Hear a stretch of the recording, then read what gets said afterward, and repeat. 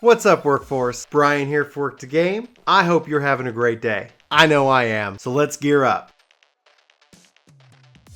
So let me first say congratulations on hitting level 60. It's really quite an achievement. From level 60 to being fully maxed out on your gear to run the content with ease, here is a simple progression guide that's going to show you what you unlock and when, as well as what are the rewards that you get for it. Hopefully you're going to gather some efficiencies, hopefully you're going to get some information that you didn't know, hopefully we're going to take a lot of stress off your shoulders with all the content that you get to run. And I hope this is helpful. If I miss anything, please let me know in the comments below. If you're already max geared and you're like, hey, if you did this, it would be 10 times more effective. I was like, well, yeah, if I miss anything, let me know in the comments below. So without further ado, let's jump into this.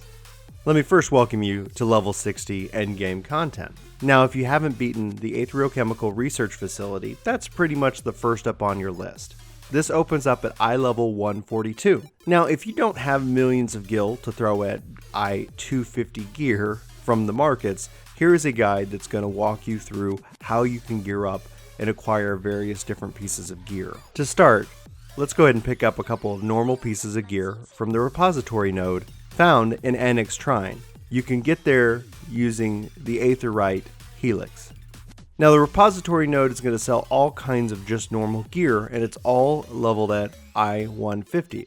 Buying various pieces of weapons and armor should easily get you over the 142 requirement, and it's not all that expensive. So unless you're completely strapped for cash, you should be able to jump right in right away. Of course, you can always check the market boards for these type of weapons and armor, but I suspect they might be at a highly marked up price.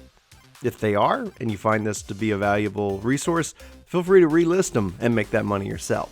And now you're ready for the Ethereal Research Facility. This dungeon doesn't drop any gear, but it does reward you with 150 lore tomes and 10 tomes of scripture. We're going to dive more into the tomes here in a little bit. Essentially, you're going to be farming this currency to be able to buy both 230 gear and 260 gear.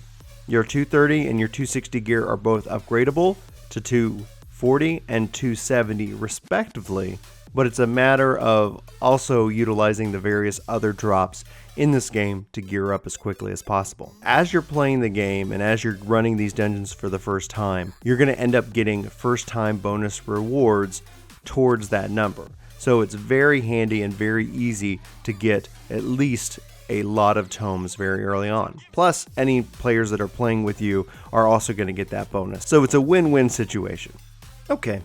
So now let's talk about our 2 tome stones and the type of gear that we can acquire with them, and do a little bit of math to talk about how much of each that you're going to need. Now to start, the tomestones of lore will let you acquire I-230 gear, which you can upgrade to I-240 gear. We'll cover that here in just a little bit. The tomestones of scripture will allow you to acquire I-260 gear, and then you can upgrade that gear to I-270. We'll also cover that here in just a little bit.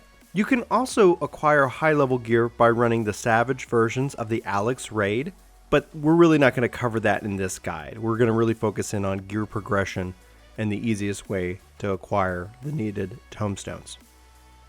So I promised that we would get into some math, and here it is. For your body and your legs, those are going to run you 825 tomes each. Your head, hands, and feet are going to run you 495 each. Your belt and accessories, 375 each. This is going to give you a grand total for your left side gear at 3,510 and your right side accessories, 1,875. This doesn't include the additional 1,000 that you're going to need for a weapon, but we'll cover that here later in the guide. This is going to bring up your grand total to 5,385 tomes needed to fully gear out your character.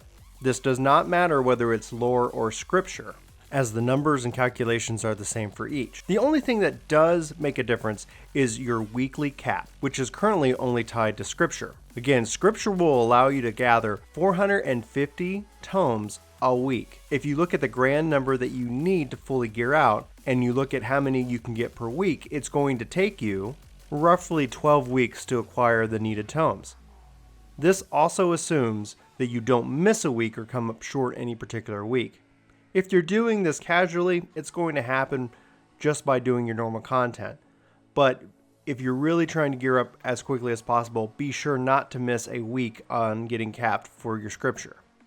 So now after all those tomes and all that math and how much you need to raise, let's talk about effective ways of getting the tomes that you need to be able to get the gear that you want. And that's going to be done through roulettes. At level 60, pretty much the only roulettes that you're going to have available for you are your leveling and your trials.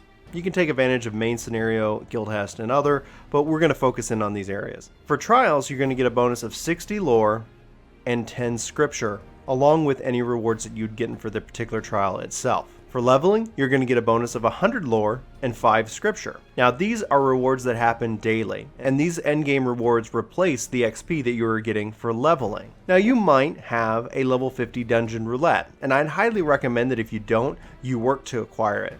It's got several dungeons that I'll cover here in a second, but it also rewards 100 tomes of poetics and 120 lore. The dungeons needed you can see here on screen. I'll also try to link in the description below so you can unlock and complete these dungeons yourself. Having the level 50 dungeon roulette unlocked also helps with leveling an additional class, by the way. Now, our first goal is we're going to be working towards unlocking the level 60 dungeon roulette.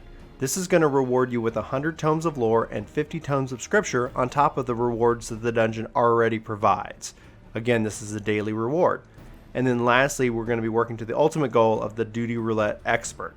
This is going to reward you with 60 lore and 40 scripture, along with everything that the dungeon already offers. So essentially, if I would run this expert dungeon right now, I would get the bonus of 40 plus the 50 that the dungeon gives me for a total of 90. 90 a day makes it really easy to hit that 450 goal for the week. And now that we've covered our roulettes, let's return to our progression guide and focus in on the various steps. To start, we were talking about the Ethereal Chemical Research Facility, but after clearing that and being level 60, you can unlock 2 other dungeons, Neverreap and the Fractal Continuum. Also around this time, you can unlock Frontlines at level 60.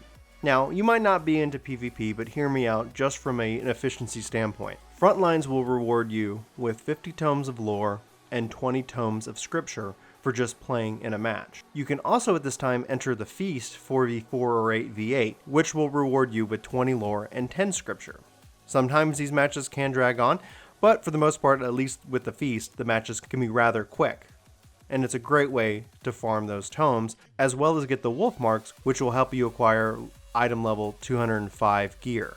Okay, so that's my pitch for PvP. Let's jump back into PvE. So, while the Ethereal Chemical Research Facility doesn't offer you any gear, it does reward you every time with 150 lore. Neverreap and the Fractal Continuum will drop iLevel 160 gear, while rewarding you with 30 lore and 10 scripture accordingly. Now, once you've reached iLevel 170, you can now access the following content. I'm going to butcher the name here, but St. Molochine's Arboretum and Ferrocirrus Hard, as well as the first turn of the Alexander Raid series. Now the 2 dungeons are going to drop item level 185 gear while rewarding you with 40 tomes of lore and 10 tomes of scripture for completing it. Alexander will drop item level 190 items that you can use to trade in at the vendor. From here, once you've reached item level 175, you can actually access the Void Arc, which is going to drop item level 200 gear, as well as reward you with 50 tomes of lore and 10 tomes of scripture. Now there's another way you can acquire item level 170 and item level 200 gear, and that's from the vendor that you can see on the screen. Forgive me on the pronunciation, but it's Yoline. Now, she uses Centrino seals, which you can acquire via hunts. Here you can acquire item level 170 and 200 weapons, armor, and accessories. If you don't know much about this system, you can always go to the clan hunt board outside the Forgotten Night. Here you can see various bills that are posted daily and one that are posted weekly that will reward you with these seals for going out into the world and killing the particular monsters that are found on the bill. Doing so will reward you, and you can use these seals for much more than weapons and armor, so I'd highly recommend keeping an eye out on this, as well as if you need to level any additional jobs. It also acts as a nice boost for experience. Okay, so returning back to the guide, once you've acquired iLevel 180, you can access the Anti-Tower and the Lost City of Amdapor Hard. The Anti-Tower is required for progression through the story, so you're going to come upon it naturally.